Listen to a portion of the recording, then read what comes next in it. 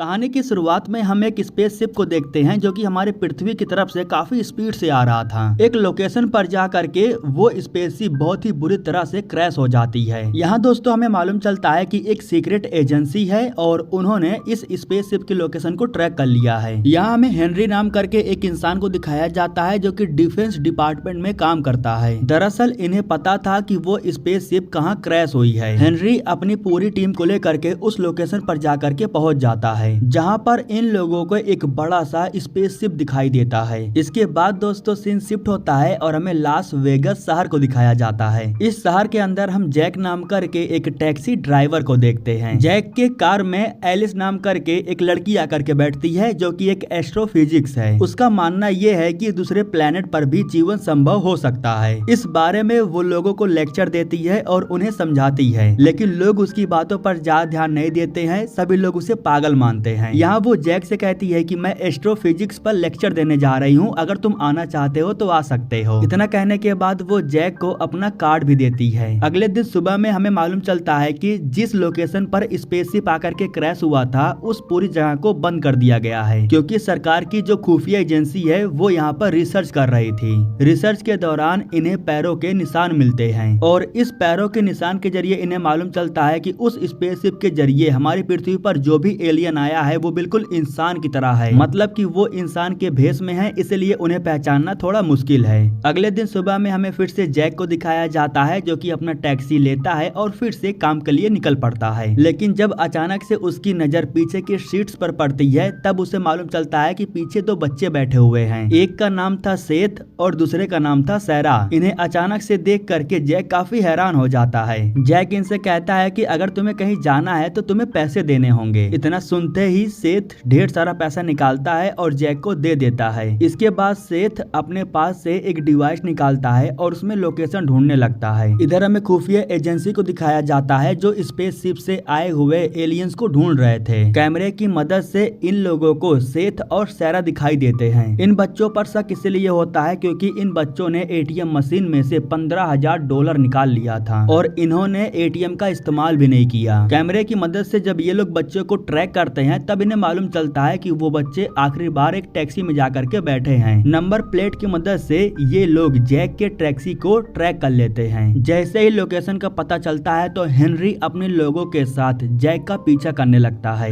ये लोग जैक को अपनी कार रोकने के लिए बोल रहे थे, लेकिन जैक अपनी कार नहीं रोकता है क्योंकि बच्चों ने जैक को बता दिया था कि ये लोग हमें पकड़ने के लिए आए हैं। सेथ अपनी पावर का इस्तेमाल करके कार से बाहर जाता है और अपनी पावर से एक कार को बहुत ही बुरी तरह से हवा में उड़ा देता है। यहाँ सैरा अपने भाई को छोड़ती नहीं है, वो भी अपनी पावर से जैक के कार को कंट्रोल करने लगती है। वो कार को रिवर्स करके पीछे लेकर के जाती है और फिर सेथ कार में आकर के बैठ जाता है। इसके बाद जैक फिर से कार को ड्राइव करने लगता है और वो इन बच्चों को लेकर के इनकी लोकेशन पर जाता है। जिस लोकेशन पर वो इन बच्चों को लेकर के आता है वहाँ पर एक छोटा सा घर था। इन बच्चों ने जैक को जो पैसा दिया था वो काफी ज्यादा था, ये उसकी पूरे महीने भर की कमाई थी। वो बच्चों से इतना पैसा नहीं लेना चाहता था, इसीलिए पैसा वापस लौटाने के लिए वो भी घर के अंदर चला जाता है। अंदर जाकर के वो देखता है कि सेथ और सैरा एक कोने में छुपे हुए थे। इनके पास जो डिवाइस था उस डिवाइस को चालू कर रहे थे। ये दोनों बच्चे उठ करके दूसरे कमरे में चले जाते हैं। जब जैक अकेला था तब उसके पीछे हम एक एलियन को देखते हैं जो कि बिल्कुल जैक के पीछे खड़ा था, लेकिन जैक को उसके बारे में मालूम नहीं चलता है। वो भी बच्चों का पीछा करते हुए अंदर आ जाता है। ये बच्चे अपने डिवाइस की मदद से फ्रिज के अंदर एक सीक्रेट दरवाजा खोलते हैं। दरवाजे को खोलने के बाद जब ये लोग अंदर जाते हैं तो एक गुफा में पहुंच जाते हैं। इस गुफा के अंदर ढेर सारा पेड़ पौधा था और कुछ बड़े बड़े फूल थे जो कि काफी अजीब लग रहे थे। सेथ उस फूल के पास जाता है और उस पर अपनी डिवाइस रख देता है। इसके बाद सैरा उस फूल के अंदर हाथ डालती है और उसके अंदर से एक डिवाइस बाहर निकालती है। दरअसल ये दोनों बच्चे इसी डिवाइस को लेने के लिए यहाँ पर आए थे। जब इन्हें एहसास होता है कि गुफा में कोई और है तो ये सभी लोग जाकर के छुप जाते हैं। दरअसल वो एलियन गुफा के अंदर आ गया था और वो जैक पर हमला कर देता है।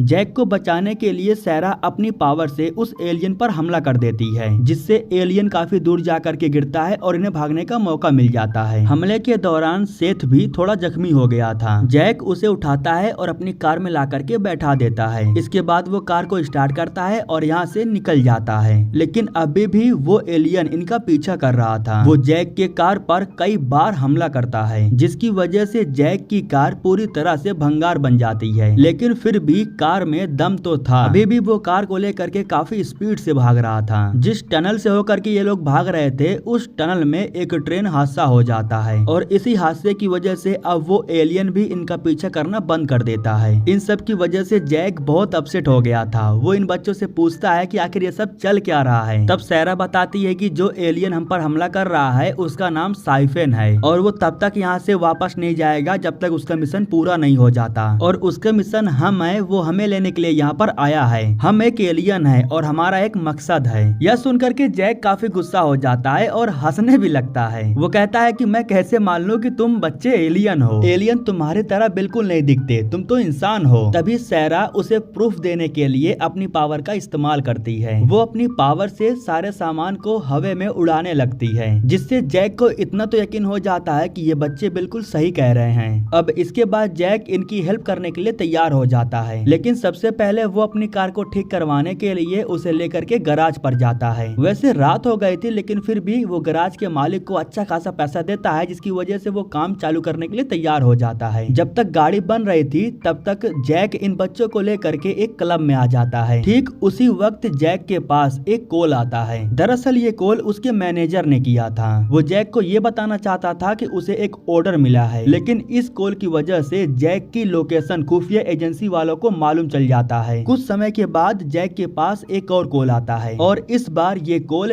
हेनरी ने किया था, जो कि जैक से कहता है कि मुझे पता है तुम पहले माफिया डॉन हुआ करते थे, तुमने वुल्फ गैंग के साथ मिल करके बहुत सारा कांड किया है। अगर तुम चाहते हो तुम्हारे ऊपर से सारा आरोप हट जाए तो उन बच्चों को हमारे हवाले कर दो। यहाँ जैक को ये भी मालूम चलता है कि खुफिया एजेंसी वाले क्लब के बाहर आकर के पहुँच चुके हैं। जैक कहता है कि ठीक है, मैं उन बच्चों को लेकर के बाहर आता हूँ। इतना कहने के बाद वो कॉल कट करता है। इस शहर के जो शेरिफ थे वो भी इस क्लब में बैठे हुए थे। जैक उनके पास जाता है और उनसे कहता है कि आपके शहर में कुछ लोग हथियार लेकर के घूम रहे हैं। इतना कहने के बाद जैक बच्चों को अपने साथ लेता है और उन्हें लेकर के पीछे हट जाता है। कुछ समय के बाद जब हेनरी अपने लोगों के साथ अंदर आता है तो यहाँ के जो शेरिफ थे वो इन्हें रोक लेते हैं। यहाँ सभी लोग एक दूसरे के ऊपर गन तान देते हैं। उन सभी लोगों का ध्यान भटका हुआ था, इसी वजह से जैक को यहाँ से भागने का मौका मिल जाता है। यहाँ क्लब में एक लड़की थी जो कि जैक को एक खुफिया रास्ते के बारे में बताती है। बाहर जाने के रास्ते को बाहर से लॉक किया गया था, लेकिन सेथ अपनी पावर से लॉक खोल देता है। इसके बाद ये सभी लोग ऊपर के रास्ते से बाहर आ जाते हैं। जैक बच्चों को लेकर के टैक्सी में बैठता है और यहाँ से निकलने लगता है। इस दौरान सैरा अपनी पावर से एजेंसी वालों के सभी कार्स को तबाह कर देती है। इसी वजह से एजेंसी वाले इनका पीछा नहीं कर पाते हैं। खैर, अब इसके बाद सेथ जैक को बताता है कि जो लोग हमारा पीछा कर रहे हैं हमें उनके ही बेस पर जाना है, क्योंकि उनके बेस पर हमारा स्पेसशिप है और अगर हम अपने स्पेसशिप तक नहीं गए तो यहाँ से वापस लौट नहीं पाएंगे, और अगर हम यहाँ से वापस लौट नहीं पाए तो पृथ्वी वालों के लिए मुसीबत खड़ी हो जाएगी। जैक कहता है कि मुझे यूएफओ और स्पेसशिप के बारे में नहीं पता है, लेकिन हाँ, एक एलिस नाम करके लड़की है जो तुम्हारी मदद कर सकती है। इसके बाद हमें एलिस को दिखाया जाता है जो कि एस्ट्रोफिजिक्स पर लेक्चर दे रही थी।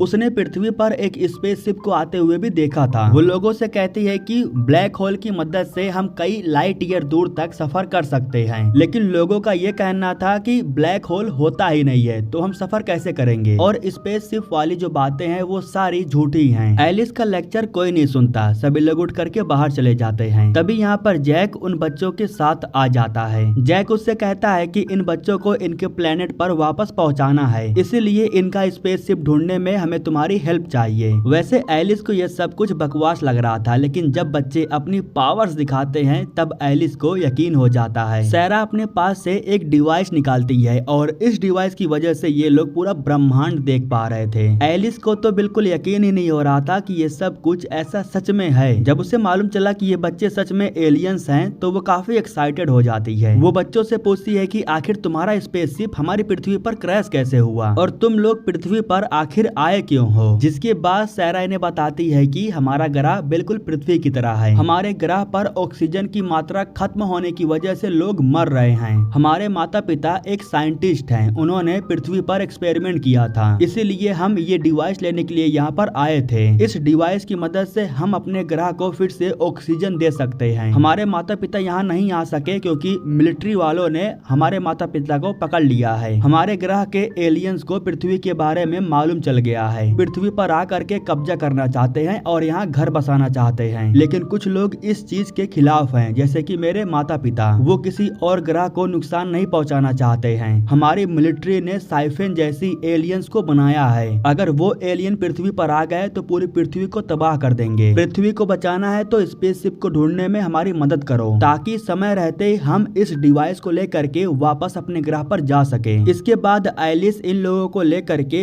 हॉलैंड नाम करके एक इंसान के पास जाती है। दरअसल दोस्तों, हॉलैंड को गवर्नमेंट के खुफिया जानकारी के बारे में काफी कुछ पता है। एक प्रकार से आप मान सकते हो कि वो हैकर है। गवर्नमेंट के खुफिया जानकारी को भी हैक करके वो सब कुछ पता लगा सकता है। एलिस उसकी काफी अच्छी दोस्त रह चुकी है, इसलिए वो इनकी हेल्प करने के लिए तैयार हो जाता है। खुफिया रिसोर्सेस की मदद से वो पता लगा लेता है कि वे लोग स्पेसशिप को लेकर के विच माउंटेन जाने वाले हैं। एलिस भी इनके साथ चल करके इनकी हेल्प करना चाहती थी, इसलिए वो जैक से कहती है कि मैं अपना कुछ सामान लेकर के तुमसे पार्किंग एरिया में मिलूंगी। इतना कहने के बाद वो अपना सामान लेने के लिए ऊपर चली जाती है। उसी वक्त हम देखते हैं कि हेनरी अपनी पूरी टीम को लेकर के यहाँ आके पहुँच चुका है, लेकिन जैक भी उन लोगों को देख लेता है, इसलिए वो बच्चों को लेकर के फौरन नीचे आ जाता है। वे लोग जैसे ही जैक और बच्चों को देखते हैं तो इनके पीछे पड़ जाते हैं। जैक भी बच्चों को लेकर के फौरन भाग करके बाहर आता है और अपनी टैक्सी में बैठ करके निकल जाता है। हेनरी भी अपनी टीम के साथ जैक के टैक्सी का पीछा करने लगता है।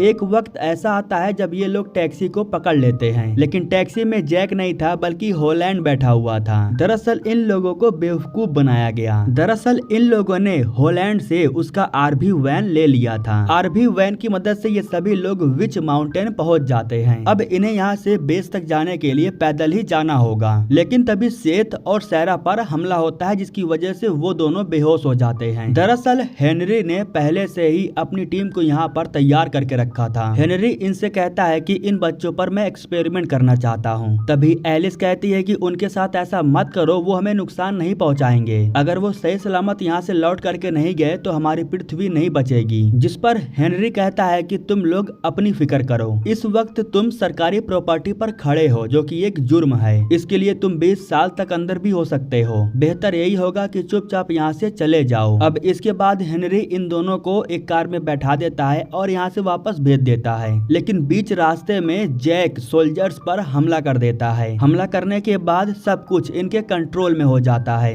इधर हमें दिखाया जाता है कि हेनरी दोनों बच्चों को लेकर के अपने लैब में आता है और यहाँ वो उनके ऊपर एक्सपेरिमेंट करने वाला था। दरअसल वो इनका चीर फाड़ करके ये पता लगाना चाहता था कि इनके पास पावर्स आती कहां से हैं। दूसरी तरफ हमें जैक को दिखाया जाता है, जो कि एक दरवाजे को खोलता है और टनल के अंदर चला जाता है। इसी टनल की मदद से ये दोनों बेस कैंप तक पहुंच जाते हैं। यहाँ ये लोग देखते हैं कि वे लोग बच्चों पर एक्सपेरिमेंट करने के लिए जा रहे हैं। तभी अचानक से इनके बेस कैंप में कोई और भी आ जाता है। दरअसल वो साइफेन था, जो कि बच्चों को वापस ले जाने के लिए यहाँ पर आया था।